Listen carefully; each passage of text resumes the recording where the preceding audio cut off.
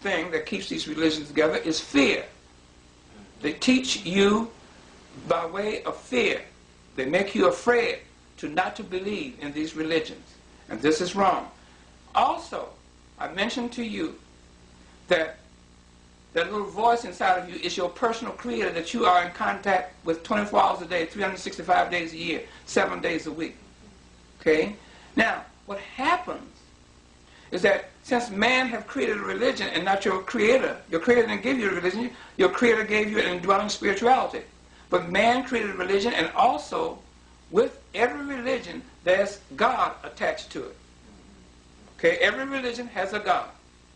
Christianity has this European, this dead white man on the cross, said that this is Jesus the Christ, the God of Christianity.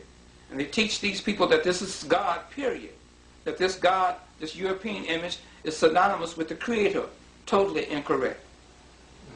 Then Islam has Allah. Then Judaism has Yahweh, Jehovah, etc., etc. These are the gods of these various religions. But one has to realize, since all religions are man-made, that man created God in his own image. Man created God for these various religions. These religions, using God, which the God or the word God can only be used for religious purposes only. That's what it was intended for.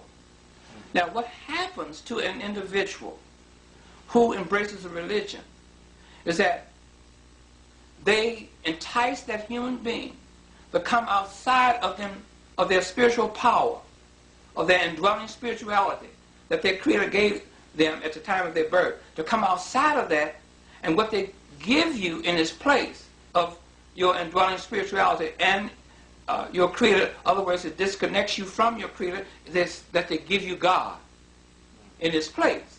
So therefore, you take all that spiritual power that your Creator gave you free at the time of your birth, and you inject it into this dead God, or this dead white man on the cross, or into some kind of Allah, or some kind of Jehovah, and etc., etc. You see? So therefore, this keeps us into total confusion.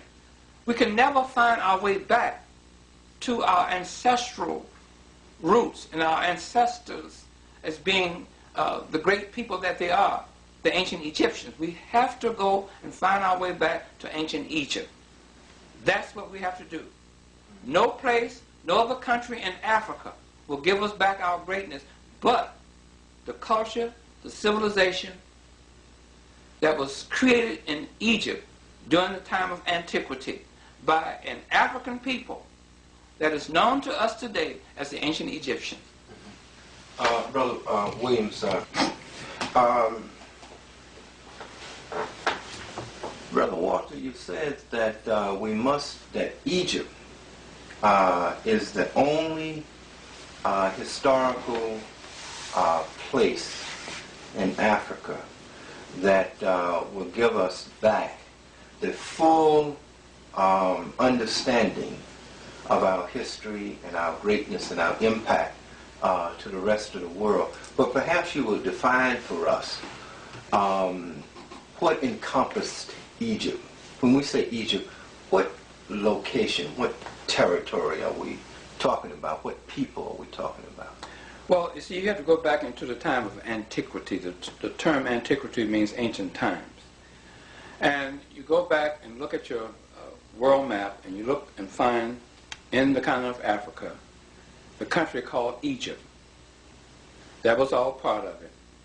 And then you look, as you go south, you'll find a country on the right-hand side of your map called Ethiopia. And then you look on the left-hand side, across from Ethiopia is the Sudan. And then you will understand that inside of Egypt, there were living a people called Nubians.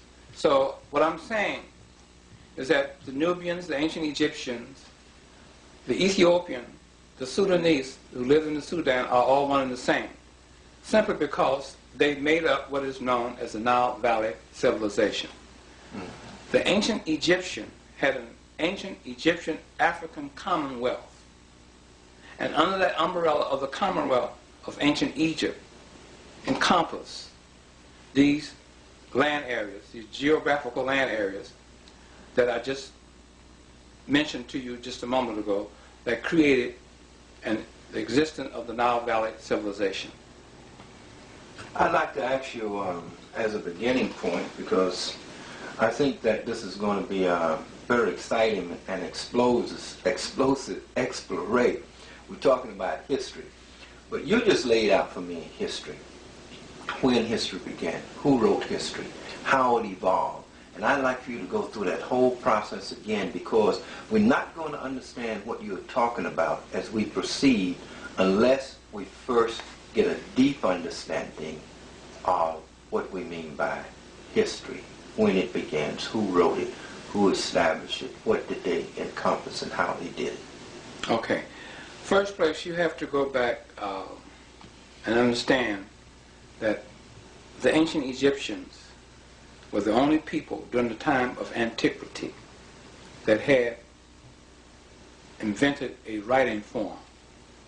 They invented 3 forms of writing that we know of today. And those forms of writing is known as the Meta-Nature hieroglyphics, which are pictorial symbols. And the second form is known as the hieratic demotic, which is a cursive form.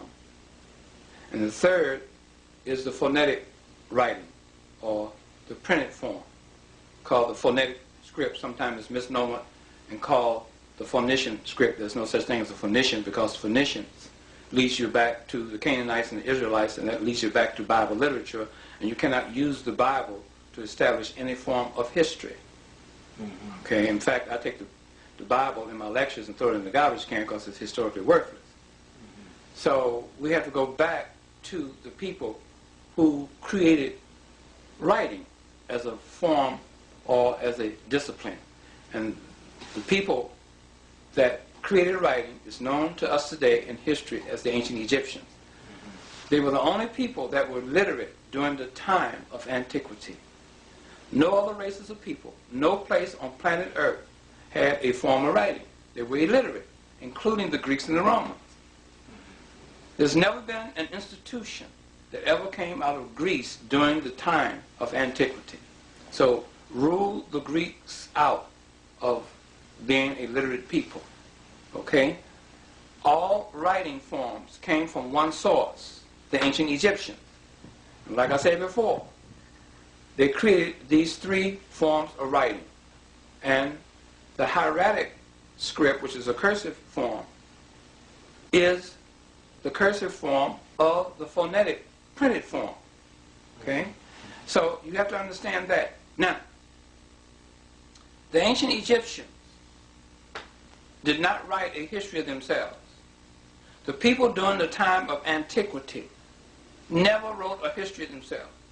But let's get back to the ancient Egyptians not writing a history of themselves. If they wrote anything about themselves, it was in pictorial form, known as the hieroglyphs. And the hieroglyphics, Meta-Nature, has never, ever been deciphered. So don't let Europeans tell you, and their African-trained scholars tell you, that the hieroglyphics has been deciphered, because the hieroglyphics has never been deciphered. Mm-hmm. Okay? And in my book, The Historical Origin of Christianity, which is this book here, the revised edition, I have on page 146 an appendix of why the Meta-Nature hieroglyphics has never been deciphered. Anyone that wants to repudiate that should read this and explain to you step by step why I said that the hieroglyphics has never been deciphered. So here you have a people